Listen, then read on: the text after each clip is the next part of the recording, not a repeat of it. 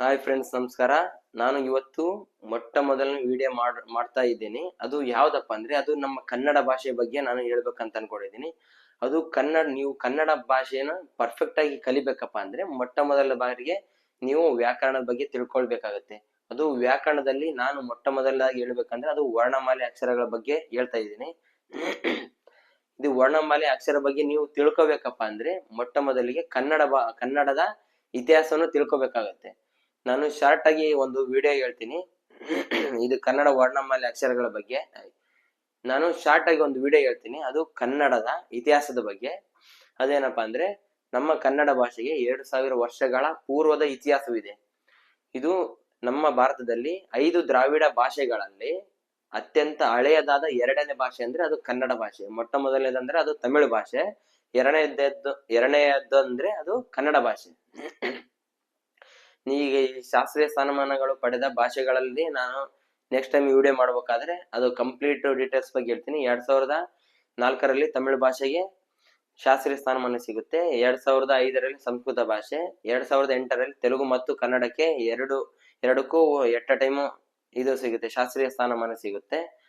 Next 2013ರಲ್ಲಿ ಮಲಯಾಳಂಗೆ ಸಿಗುತ್ತೆ. 2014ರಲ್ಲಿ ಒಡಿಯಾ ಭಾಷೆಗೆ ಸಿಗುತ್ತೆ, ಅಂದ್ರೆ ಒಡಿಶಾ ಇದೆಲ್ಲ ಅದರ ಒಂದು ಭಾಷೆ ಇವಾಗ ಸಿಗುತ್ತೆ. ನಂತರದಲ್ಲಿ 2024ರಲ್ಲಿ ರೀಸೆಂಟ್ ನಲ್ಲಿ 2024 ಅದರಲ್ಲಿ 5 ಭಾಷೆಗೆ ಸಿಕ್ಕಿದಾವೆ.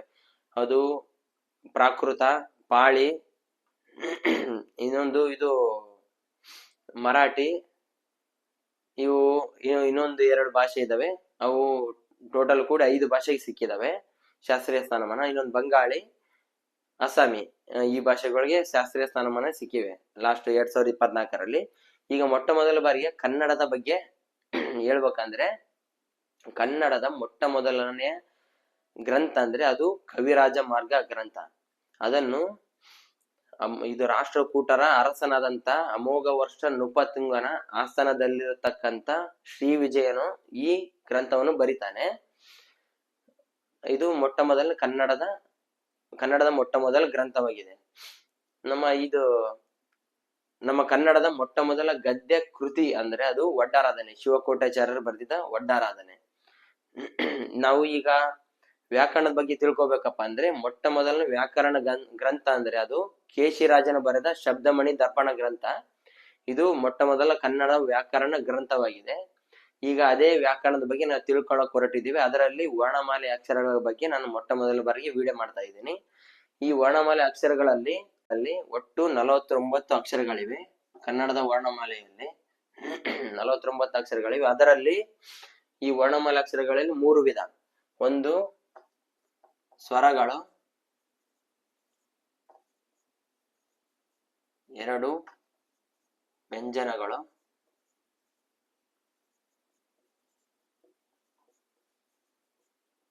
3ನೇದ್ದು ಯೋಗವಾಹಕಗಳು.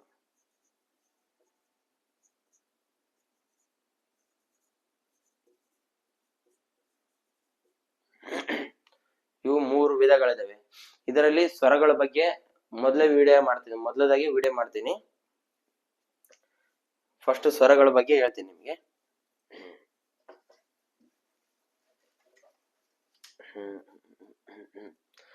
ಸ್ವರಗಳಲ್ಲಿ 3 ವಿಧಗಳು ಬರ್ತವೆ. ಅದು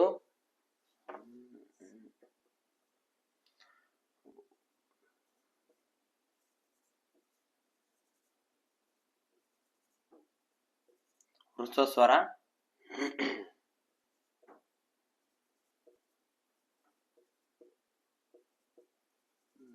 ದೀರ್ಘ ಸ್ವರ, ಒಂದು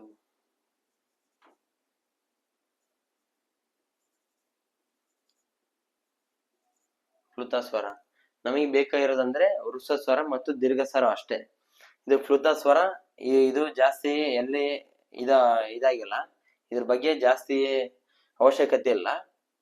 ಬಟ್ ಇವೆರಡರ ಬಗ್ಗೆ ಹೇಳ್ತೀನಿ ನಾನು. ಸ್ವರಗಳು ಅಂದ್ರೆ ಒಟ್ಟು ಟೋಟಲ್ 13 ಇದಾವೆ ಸ್ವರಗಳು. ವರ್ಣಮಾಲೆ 49, ಇದರಲ್ಲಿ ಸ್ವರಗಳು 13 ಇದಾವೆ. ವ್ಯಂಜನಗಳು ಟೋಟಲ್ 34 ಇದಾವೆ. ಯೋಗವಾಹಕಗಳು 2 ಇದಾವೆ. ಈಗ ಇದರಲ್ಲಿ ಸ್ವರಗಳು 13 ಇದಾವೆ. ಹ್ರಸ್ವ ಸ್ವರ ಅಂದ್ರೆ ಇದು 6 ಇದಾವೆ. ದೀರ್ಘ ಸ್ವರ ಅಂದ್ರೆ 7 ಇದಾವೆ.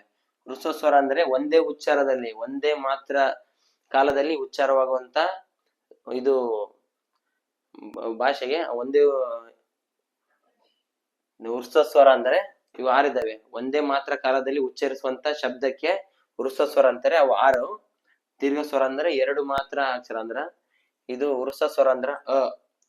ದೀರ್ಘ ಸ್ವರ ಅಂದ್ರ ಆ ಅಂದ್ರೆ 2 ಅ ಪ್ಲಸ್ ಆ ಆಗುತ್ತೆ, ಅದು ದೀರ್ಘ ಸ್ವರ ಆಗುತ್ತೆ. ಇವು ಯಾವಪ್ಪ ಅಂದ್ರೆ ಹ್ರಸ್ವ ಸ್ವರ ಅ, ಈ, ಉ, ರು, ಎ, ಓ. ಇವು 6 ಹ್ರಸ್ವ ಸ್ವರಗಳು. ದೀರ್ಘ ಸ್ವರಗಳು ಅಂದ್ರೆ ಆ, ಈ, ಉ, ಎ, ಐ, ಓ, ಔ. ಇವು ದೀರ್ಘ ಸ್ವರಗಳು 7. 3, 4, 5, 6, 7 ಕರೆಕ್ಟ್ ಇದಾವೆ. ಇವು ದೀರ್ಘ ಸ್ವರಗಳು.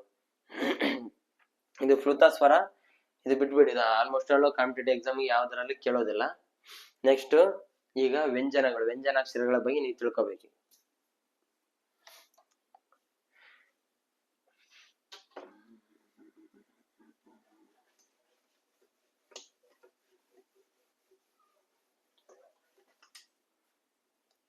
ಎರಡನೇದು ವ್ಯಂಜನ.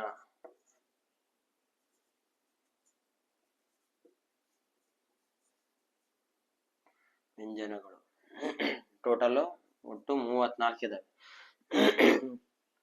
34 ಇದರಲ್ಲಿ ಎರಡು ಟೈಪ್ ಇದಾವೆ. ವರ್ಗೀಯ ವ್ಯಂಜನ,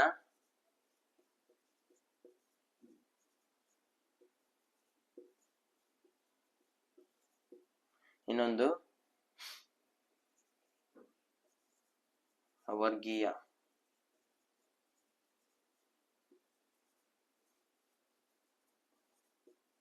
ವರ್ಗೀಯ ವ್ಯಂಜನ ಮತ್ತು ಅವರ್ಗೀಯ ವ್ಯಂಜನಗಳಂತ 2 ಟೈಪ್ ಇದಾವೆ. ವರ್ಗೀಯ ವ್ಯಂಜನ ಅಂದ್ರೆ ಇವು ಟೋಟಲ್ 25 ಇದಾವೆ. ಅವರ್ಗೀಯ ವ್ಯಂಜನ ಅಂದ್ರೆ 9 ಇದಾವೆ. ನೋಟ್ ಮಾಡ್ಕೊಂತೀರಿ ನೀವು. ಈ ನೆಕ್ಸ್ಟ್ ಈಗ ಈ ವ್ಯಂಜನಾಕ್ಷರಗಳಲ್ಲಿ ವರ್ಗೀಯ ವ್ಯಂಜನಗಳ ಬಗ್ಗೆ ನಿಮ್ಗೆ ಹೇಳ್ತೀನಿ. ನಂತರದಲ್ಲಿ ಅವರ್ಗೀಯ ವ್ಯಂಜನ ಬಗ್ಗೆ ಮತ್ತೆ ನಿಮ್ಗೆ ಹೇಳ್ತೀನಿ.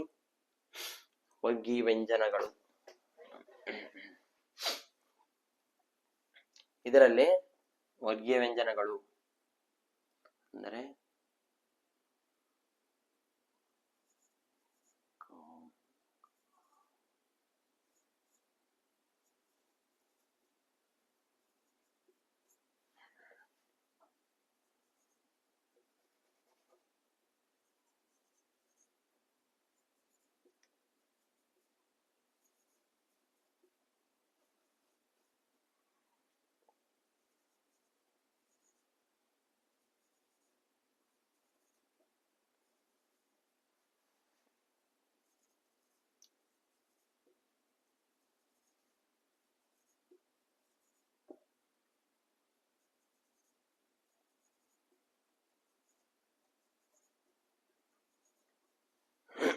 ಇವು ವರ್ಗೀಯ ವ್ಯಂಜನಗಳು 25 ಅಕ್ಷರಗಳು.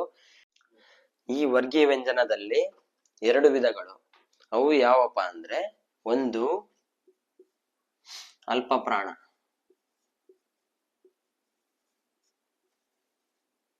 ಎರಡನೇದ್ದು ಮಹಾಪ್ರಾಣ.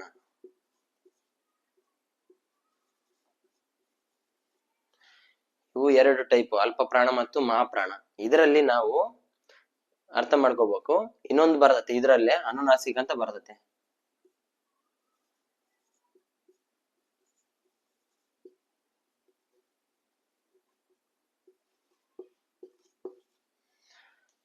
ಈ 3 ಟೈಪ್ ಬರ್ತವೆ ಇದ್ರಲ್ಲೇ. ಇದರಲ್ಲಿ ನೋಡ್ರಿ, ಇವು ಅಲ್ಪ ಪ್ರಾಣ, ಇದು ಅಲ್ಪ ಪ್ರಾಣ ಅಂದ್ರೆ ಒಂದೇ ಉಚ್ಚಾರದಲ್ಲಿ ಬರ್ತವು. ಕ ಖ ಅಂತ ಬರ್ತೈತಿ. ಕ ಘ ಅಂದ್ರೆ ಇದು ಮಹಾಪ್ರಾಣ, ಅಂದ್ರೆ ಇದು ಮಹಾಪ್ರಾಣ, ಇದು ಮಹಾಪ್ರಾಣ. ತಗರಿ ಇವೆರಡು ಅಲ್ಪ ಪ್ರಾಣ. ಇದು ಮತ್ತು ಇದು ಇವೆರಡು ಮಹಾಪ್ರಾಣ. ಮೂಗಿನಿಂದ ಉಚ್ಚಾರ ಮಾಡ್ತೀವಲ್ಲ ಅವು ಅನುನಾಸಿಕ. ಮೂಗಿನಿಂದ ಉಚ್ಚಾರ ಮಾಡ್ತೀವಿ. ಜ್ಞ ಜ್ಞ ನ ನ ಮ ಇವು ಮೂಗಿನಿಂದ ಉಚ್ಚಾರ ಮಾಡ್ತೀವಿ. ಇವು ಅನುನಾಸಿಕ. ಅರ್ಥ ಮಾಡ್ಕೊಳ್ಳಿ. ಇದನ್ನ ನಾವು ವಿಡಿಯೋ ಮಾಡಿ ಸ್ವಲ್ಪ ಸೈಡ್ ಸರ್ಕೊಂಡು ಅವಾಗ ನೀವು ಸ್ಕ್ರೀನ್ ಶಾಟ್ ತಕೊಡ್ರಿ, ಆಮೇಲೆ ಬೇಕಾದ್ರೆ ನೀವು ಬರ್ಕೊಳ್ಳಿ. ನೆಕ್ಸ್ಟ್ ಅವರ್ಗೀಯ ವ್ಯಂಜನ.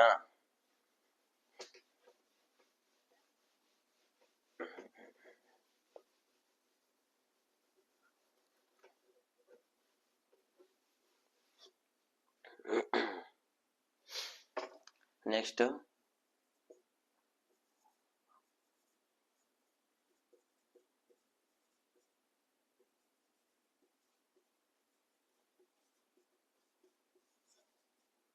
ಅವರ್ಗೀಯ ವ್ಯಂಜನಗಳು 9 ಇದಾವೆ. ಯಾವಂದ್ರೆ ಯ ರ ಲ ವ ಶ ಶ ಸ ಳ.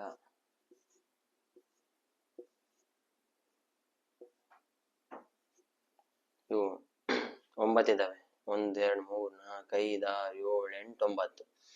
ಇವು ಅವರ್ಗೀಯ ವ್ಯಂಜನಗಳು. ಅರ್ಥ ಆಯ್ತಾ? ನೆಕ್ಸ್ಟ್ ಬಂದಿದ್ದು ಯೋಗವಾಹಕಗಳು.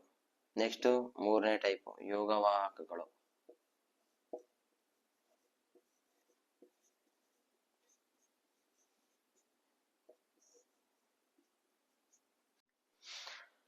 ಮೂರನೇ ಟೈಪು ಅದು ಯೋಗವಾಹಕಗಳು. ಇದರಲ್ಲಿ 2 ಟೈಪ್ ಬರ್ತವು.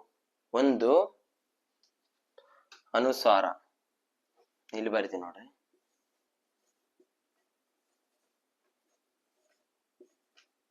ಇನ್ನೊಂದು ವಿಸರ್ಗ.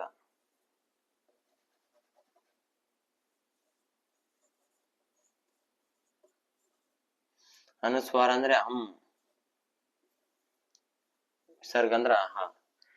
ಇವು ಕನ್ನಡ ವರ್ಣಮಾಲೆಯಲ್ಲಿ ಇರ್ತಕ್ಕಂತ ಇವು 49 ಅಕ್ಷರಗಳ ಬಗ್ಗೆ ವಿವರಣೆ. ನೀವು ಕನ್ನಡದ ಬಗ್ಗೆ ತಿಳ್ಕೊಬೇಕಂದ್ರೆ ಫಸ್ಟ್ ಈ ವರ್ಣಮಾಲೆ ಅಕ್ಷರಗಳ ಬಗ್ಗೆ ತಿಳ್ಕೊಬೇಕು. ಇನ್ನೊಂದು ಇವು ಕಾಂಪಿಟೇಟಿವ್ ಎಕ್ಸಾಮ್ಗೆ ಅಂದ್ರೆ ನೀವು FDA SDA ಯಾವುದೇ ಕಾಂಪಿಟೇಟಿವ್ ಎಕ್ಸಾಮ್ ಬಗ್ಗೆ ನೀವು ಪ್ರಿಪೇರ್ ಆಗ್ತಿದ್ರೆ ಅಂದ್ರೆ ಮೊಟ್ಟ ಮೊದಲಾರಿಗೆ ವರ್ಣಮಾಲೆ ಅಕ್ಷರಗಳ ಬಗ್ಗೆ ತಿಳ್ಕೊಂಡ್ರೆ ಮಾತ್ರನೇ ನೀವು ವ್ಯಾಕರಣದ ಬಗ್ಗೆ ಸಂಪೂರ್ಣ ಮಾಹಿತಿ ತಿಳ್ಕೊಂಡ್ರೆ ಈಜಿ ಆಗುತ್ತೆ. ಇಲ್ಲಾಂದ್ರೆ ಬಹಳ ಕಷ್ಟ ಆಗುತ್ತೆ. ಫಸ್ಟ್ ವರ್ಣಮಾಲೆ ಅಕ್ಷರಗಳು ಸ್ವರ ಅಂದ್ರೇನು, ವ್ಯಂಜನ ಅಂದ್ರೇನು, ಅದರಲ್ಲಿ ವರ್ಗೀಯ ಅವರ್ಗೀಯ ಯೋಗವಾಹಕಗಳಂದ್ರೇನು, ಅಲ್ಪಪ್ರಾಣ ಮಹಾಪ್ರಾಣ, ಇದ್ರ ಬಗ್ಗೆ ನೀವು ಫಸ್ಟ್ ಕಂಪ್ಲೀಟ್ ಆಗಿ ತಿಳ್ಕೊಳ್ಳಿ.